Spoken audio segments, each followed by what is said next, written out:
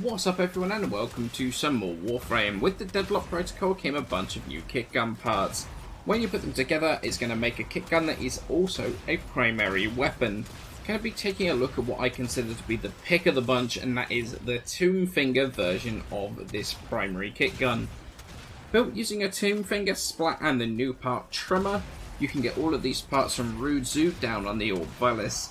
When you built that, you get a weapon with base radiation and impact damage, really high crit, decent enough status, although it does have a really poor fire rate, and that means the proc rate of the weapon isn't the greatest. Although the weapon has some AoE, and that does negate that status, that the proc rate being terrible does negate that a little bit. The weapon comes with a charge-based mechanic, which means it has both charged and uncharged shots. Uncharged shot is basically the same as the old Tombfinger fire mode. It's no different to any semi-automatic weapon. It has about a 2 meter AoE on the hit that it does. However, where the new version really comes into its own is the fully charged shot. You get a shade over 6 meter explosion radius, dealing just under 500 damage, in addition to any direct damage you do to the enemy as well. Combine that with the right build and the stats of the weapon, the great stats of the weapon, you have a recipe for greatness. Now, talking of the build, it's a former intensive build, sorry about that, but it is absolutely worth it. Going for viral munitions build, which is, well, I mean, like every single primary weapon these days.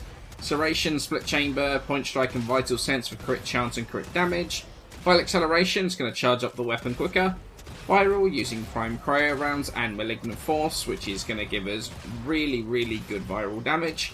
And then the slash proc is going to come from hunter munitions. Terminal velocity is going to be in our Exler slot, now that's been fixed.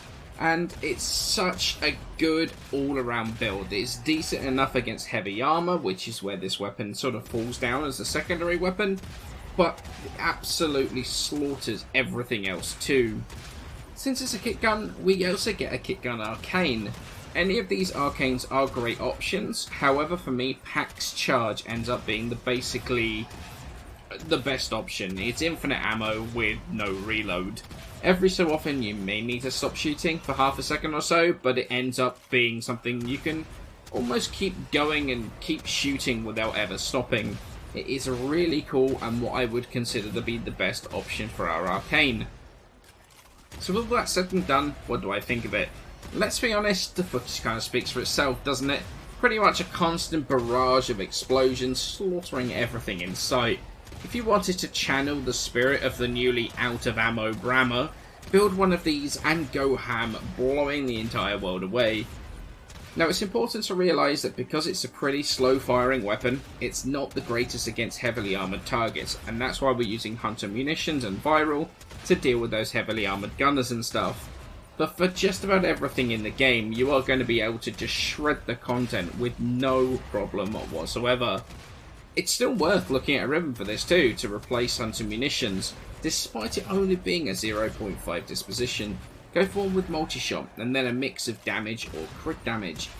You do have to have pretty much an ideal ribbon for it to work out better than hunter munitions though. That, you know, multi-shot damage, crit damage, that sort of combo.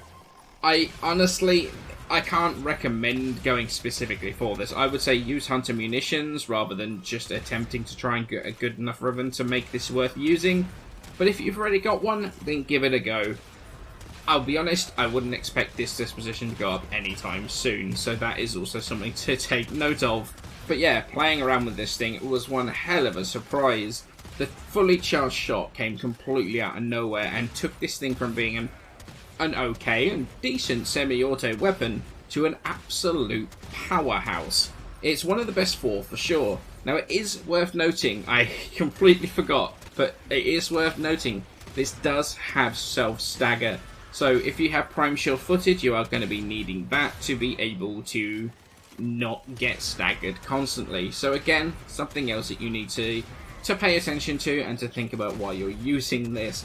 Nearly forgot that, but it is actually quite an important, I guess, balancing feature of this. However, once you've got prime shield footed, nothing to worry about whatsoever. I am going to have looks at the other weapons, the other Kitgun primaries coming soon enough, but for now, I hope you enjoyed the video.